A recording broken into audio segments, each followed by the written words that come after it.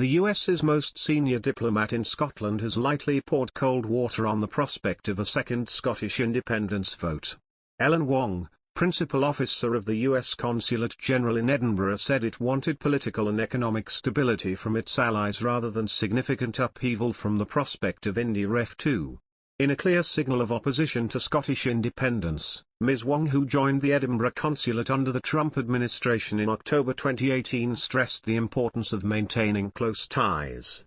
The senior US diplomat stressed Scotland and the US had developed close business, cultural and educational links since the start of devolution in 1999 and hinted these could be impacted by a second vote. Ms. Wong added, "I'm not going to speak on behalf of President Biden, but what I would say is, I listed all these many ties that exist across the Atlantic, and I think our priority is ensuring that these ties continue to be strong and continue to prosper. Regardless of the Brexit process or any constitutional question, we want to ensure that there is domestic political and economic stability because that's the ally that we want." Scottish First Minister Nicola Sturgeon wants to hold another separation vote by the end of 2023. Scotland's First Minister Nicola Sturgeon survived a no-confidence vote in Parliament Tuesday, March 23, and vowed not to give in to bully tactics as she readies for a new drive to split the nation from the United Kingdom. The motion brought by Scotland's opposition Conservatives was rejected by 65 to 31 votes with 27 abstentions. The vote came after a Scottish parliamentary committee investigating an explosive sexual harassment scandal involving Sturgeon's predecessor, Alex Salmond, found that it had been misled by testimony from the First Minister. But the panel deferred to another probe by a senior independent lawyer who reported Monday that Sturgeon did not breach the ministerial code, effectively clearing the way for her to survive the no-confidence vote and lead her party into elections in May. The row involving the two biggest names in the independence movement has dominated Scottish politics in recent years, with indications it has undermined popular support for Scotland to go its own way.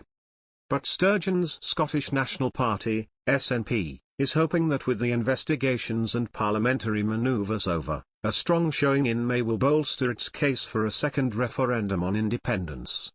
"If you think you can bully me out of office, you are mistaken," she told lawmakers ahead of the vote. "If you want to remove me as First Minister, do it in an election. It is the confidence of the people of Scotland that matters most, and the confidence of the people is what I will seek to demonstrate and seek to win in the weeks that lie ahead." After Sturgeon was cleared in the independent probe on Monday, the SNP submitted legislation seeking to hold a new independence plebiscite by the end of 2023. A draft agenda for the SNP's annual national conference shows party members will be asked to endorse proposals for a new independence push, arguing this is essential for a successful recovery from the COVID pandemic. A separate motion states that legislation for a new referendum should be introduced at Holyrood at the earliest moment after a clear end to the current public health crisis. Another row could also erupt over SNP ministers' position on nuclear weapons at Fastlane on the River Clyde. A motion filed at the upcoming conference claimed that Trident nuclear weapons would be removed from Scottish waters within just 3 years of Independence Day. But Ms. Wong, who is moving to Germany, made clear the base was of particular strategic importance to the US. She added to Scotland the US State Department was certainly monitoring the situation here closely. It comes after it emerged that the SNP was preparing a diplomatic effort to provide reassurance Scotland could be seen as trustworthy to the Biden administration. Also learnt last year, party policy officials are looking at how the Biden administration could improve future relations with Scotland. Alan Smith MP, the party's foreign affairs spokesperson, said having President Biden on board would increase their reach to tell Scotland's story.